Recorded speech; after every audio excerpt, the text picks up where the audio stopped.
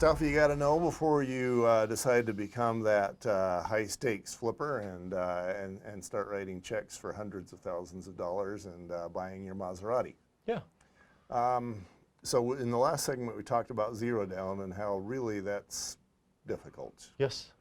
What about low down?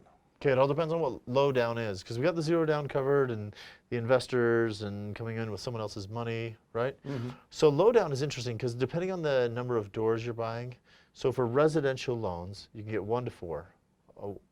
Single family residence, duplex, triplex, fourplex. Mm-hmm. Those are all residential loans.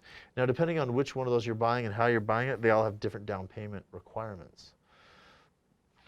So, excuse me, so if you're buying this as an investment property, your lowest down payment is 15%.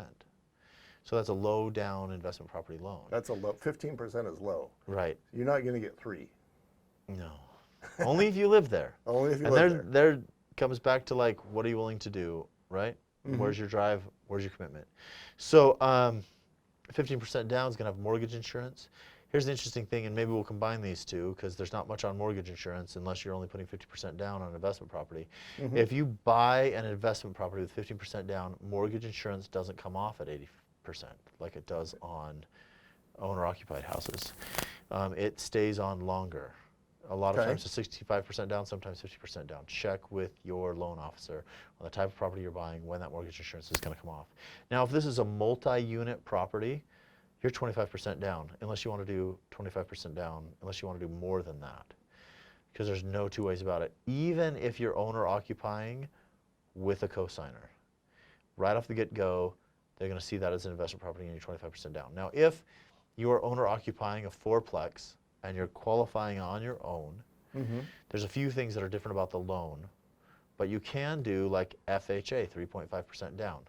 You've got to run some tests and some numbers on it, the loan officer does, to make sure that the rent pays for the payment, right? That FHA requires it. Conventional is a little bit different, but you're going to want to look at that. And then you're back, you know, you're 5% down.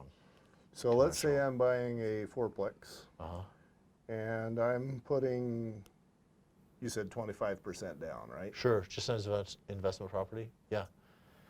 And then let's say that that the entire payment for the whole thing is, you would know these numbers better than me, what, $4,000? Yeah, it's fourplexes. I mean, that could be, I've seen houses, a single family residence that back in the day, they cut it up 4 ways, and when the city went through zoning, they said, okay, fine, that's a fourplex. You know, and then I've seen fourplexes that were built, and each of those sides is basically its own house. So you're, I mean, you're $300,000 to $1 million for this, for a fourplex. For the ease of the math, let's say that we got 4 units and the total payment is $4,000. Okay, all right, sure. And I'm putting 25% down. Okay. There's going to be, No.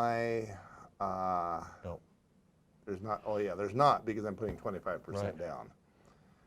And you said that there's going to be a calculation to prove that that the renters are making the payment. So FHA, in order to get an FHA loan on a multi-unit property, the rents you receive have to cover the payment. Okay. So conventional, there's not that rule. So I'm paying $4,000. There's 4 units. That's, I can do the math on that one. That's $1,000 each. But you're not paying rent on your unit. Okay.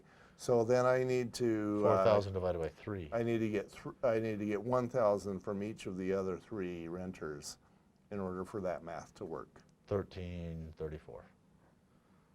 I need to get 1334. Because the other renters need to pay your payment. Okay. We're not assuming that I'm renting to myself for $1,000 then. No, because that's not income. Okay. Yeah. So they need to make my house payment for me. Right. In order to go FHA. All right. And then if I were to move out and go live in that castle on the hill, that leaves unit number 4 available. Right. And that 1334 would then be my profit. But then I'm not living there, so what problems does that cause? Well, none. Make sure you're a good landlord. I mean, at that point. And that's most of the people that I talk to who buy multi-unit properties as a primary residence fully intend to only live there a year. Uh-huh. And then they're going to get into another property, owner occupy it, only live there a year, and again and again and again until they get sick of moving or their house gets nice enough that they're comfortable there, and then maybe they'll save up the 25% down to get more investment properties, or they'll diversify their portfolio with other means. Okay. Well, we've covered the MI, we've covered the low down. Clearly, we've talked about a number of items that indicate that you don't just decide. I've had those phone calls. Somebody says, hey, I watched that Vegas flip show. I'm going to get into being a flipper. And I'm like, oh, man. You can do it. Sure. Stuff you got to know. Got to put some professionals around you. If you hire the guys that are cheap, you're the one that pays the price. Yeah, you pay for it one way or another. Yeah. Yeah. $2.7 million sometimes. Yeah. Yep. Yeah. Saved $2,000, lost 2.7 mil. Right. That's a problem. Nearly every time. Yeah. Using experienced people who give you the best chance to get the best result. Okay. Thank you, Jason. Absolutely.